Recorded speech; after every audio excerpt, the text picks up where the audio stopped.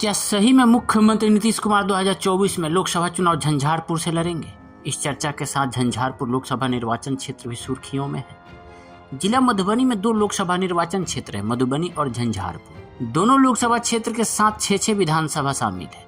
पिछले 3 दशक से झंझारपुर लोकसभा पर लगातार जदयू और राजद का कब्जा रहा है।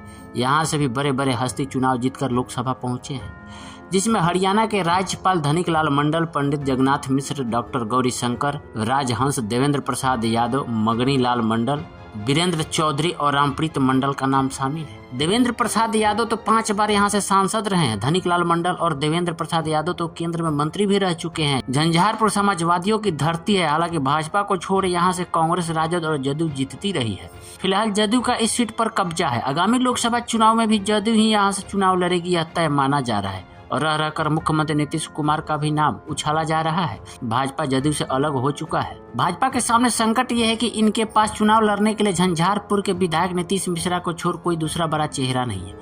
जदयू की जड़ें यहाँ बहुत मजबूत है। कारण यह है कि झंझारपुर लोकसभा क्षेत्र अति पिछड़ा बहुल क्षेत्र है, जो जदयू के साथ है। हालांकि भाजपा झंझारपुर लोकसभा निर्वाचन क्षेत्र में तेजी से पैर फैलाने का प्रयास कर रही है और इस क्षेत्र के कई बड़े चेहरे को साथ लाने में सफल भी रही है। झंझारपुर में भाजपा लगातार कार्यक्रम आयोजित कर लोगों को जोड़ने के लिए हर खेल शुरू कर चुकी है। खासकर पिछड़ा और अति पिछड़ा समाज तोड़ने में कोई कसर नहीं छोड़ रही है। हाल ही में अमित शाह ने झंझारपुर पहुंचकर एक तरफ जहां लालू नीतीश पर खूब गरजे, वहीं कार्यकर्ताओं के अंदर अपने संबोधन से जोश भर कर गए हैं। लेकिन जदयू का साथ छूटने से भाजपा को बेचैनी बढ़ गई है। इस क्षेत्र में भाजपा के विधायक तो 3 है, लेकिन जातीय गणित में कोई भी विधायक लोकसभा के लिए भाजपा की नजर में फिट नहीं है। झंझारपुर लोकसभा की ऐसी स्थिति बन गई है कि अगर अति पिछड़ा समाज के अलावा यादव या ब्राह्मण प्रत्याशी को कोई दल अपना प्रत्याशी बनाती है तो अति पिछड़ा समाज उन्हें स्वीकार नहीं करने को तैयार है। ये स्थिति पहले नहीं थी, हाल के वर्षों में हुआ है। तभी तो पूर्व मुख्यमंत्री डॉक्टर जगन्नाथ मिश्र जैसे कदावर नेता यहाँ से जदयू प्रत्याशी होते हुए हार जाते हैं। इसलिए भाजपा या तो यह सीट किसी सहयोगी दलों को देकर पिंड छुड़ाना चाहती है, लेकिन कोई भी सहयोगी दल यहाँ से लड़ने को फिलहाल तैयार नहीं है। बिहार में भाजपा के लिए सबसे कमजोर सीट अगर कहीं है तो उसमें झंझारपुर लोकसभा क्षेत्र का नाम शामिल। जातीय उलझन के कारण इस क्षेत्र की राजनीति कुछ अलग किस्म की बनती जा रही है।